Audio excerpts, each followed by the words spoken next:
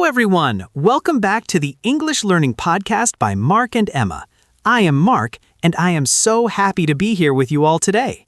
Good morning, Mark, and a big hello to all our wonderful listeners. It is wonderful to be back.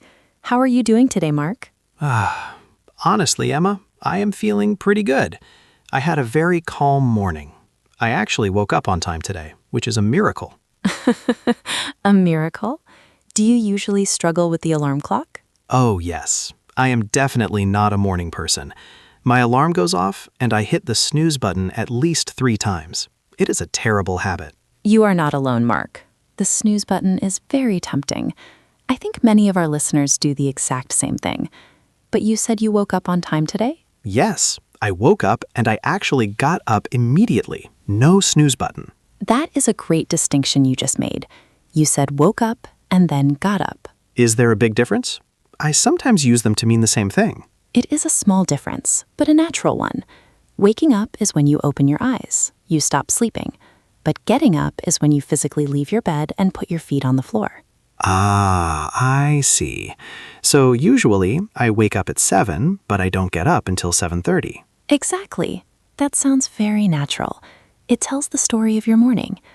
So after you finally got up today, what did you do? Well, I went to the kitchen.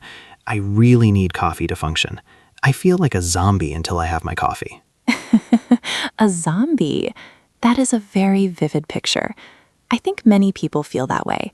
We often say, I need my morning coffee to start the day. Yes, to start the day. So I made a pot of coffee, and while it was brewing, I just sat in the kitchen and looked at the window. That sounds lovely. Just a quiet moment before the rush. It was. But then the rush started. I realized I was running late. Curious. What happened next? Did you have to rush to get ready? Yes, I call it the morning race. I showered quickly, brushed my teeth, and got dressed. I always struggle to choose what to wear. Decision fatigue. It is a real thing in the morning. When we talk about this part of the day, native speakers often group all those actions together. We just say, I got ready. I got ready. Yes. Instead of listing, I brushed my teeth, I combed my hair, I put on clothes, you can simply say, I took about 30 minutes to get ready. That is much easier. So I can say, I woke up, I had coffee, and then I got ready. Perfect. It flows smoothly. It doesn't sound like a list of facts, it sounds like a story. So after I got ready, I grabbed my bag and left the house. Left the house is correct. But if you want to sound even more natural, you can use a phrasal verb. You can say, I headed out. I headed out. That sounds cool. It is very common. I headed out around 8, or I headed to work. It implies movement and direction. I headed out around 8:15. Yes, I like that. But then I hit traffic. Ah, the commute. The worst part of the routine. It really is. I drive to work and usually it takes 20 minutes, but today it was bumper to bumper. Bumper to bumper. That is a great phrase for heavy traffic. It means the cars are touching. Almost touching? I was just sitting there listening to the radio. I felt so stuck. What do you usually do on your commute? Do you listen to music or podcasts? Well, obviously I listen to English podcasts. Of course. Good answer. But sometimes I just listen to the news. I like to catch up on what is happening in the world while I am driving. Catch up on the news. That is a great phrase for a daily routine. It means you are learning the latest information. So I finally arrived at work, and this is the part of my routine that feels very repetitive. I sit at my desk, I check emails, I go to meetings. Work routines can feel repetitive, but we can make them sound interesting by talking about how we work, not just what we do. How do we do that? Well, do you check emails immediately, or do you get a coffee first? Coffee first. Always coffee first. Second coffee of the day. So you settle in. We use the phrase settle in to describe that first 10 or 15 minutes where you get comfortable. You put your bag down, you get your water, you open your laptop. You settle in. I settle in. That sounds nice. It sounds calm. It is. And then do you do the hard work first or the easy work? I try to do the hard work first. My brain is fresher in the morning. That is a great strategy. We often call that tackling the big tasks. To tackle means to handle with energy. So I settle in and then I tackle the big tasks. Exactly. It sounds very proactive. You are not just doing work, you are tackling it. What about lunch? I usually bring my own lunch. Is there a phrase for that? We often say, I brought a packed lunch. Or if you made it at home, simply, I brought lunch from home. And if I buy it? Then we often use the phrase, grab lunch. Ah, yes. We learned grab lunch in another episode. It means to get food quickly and casually. You have a good memory, Mark. Yes. I usually grab lunch with coworkers, or I grabbed a sandwich. It implies you are taking a break, but it is not a big formal event. I like taking a break at lunch. I need to step away from the screen. A step away. That is important. We often say, I need to stretch my legs. It means walking around just to move your body. At lunch, I like to step away and stretch my legs. That sounds very healthy. It breaks up the day. But then the afternoon comes, the afternoon slump. Oh, yes. That time around 2 or 3 p.m. where you just want to sleep under your desk. Exactly. I feel so sleepy. How do native speakers talk about pushing through that feeling? We use the phrase power through. Power through. It means to keep working hard even though you are tired. I drank some tea and powered through the afternoon. I had a chocolate bar and powered through until 5. Whatever works. Chocolate is good fuel. So the workday finishes. I usually leave at 5 sharp. 5 sharp means exactly at 5. That is good. We also say, I wrap up. Ah, wrap up. Like finishing a meeting? Yes, it works for the whole workday too. I start wrapping up around 4:45. It means you close your tabs, clean your desk, and get ready to leave. I wrap up my work and head home. Perfect. And when you get home, what is the first thing you do? Ah, this is my favorite part. I take off my work shoes, I change into comfortable clothes, sweatpants usually. The best feeling. We call this getting comfortable or changing into something comfy. Changing into something comfy. And generally, this whole part of the evening is called unwinding. Unwinding, like a clock. Exactly. Imagine a spring that is tight all day. In the evening, you unwind it. You relax, you release the tension. That is a beautiful image. So cooking dinner helps me unwind. Does it? I find cooking stressful. I prefer to order takeout to unwind. Really? No, I like chopping vegetables. It is meditative. That is good. So you can say, to unwind, I usually cook a nice meal. To unwind, I cook dinner and listen to music. That sounds like a perfect evening routine.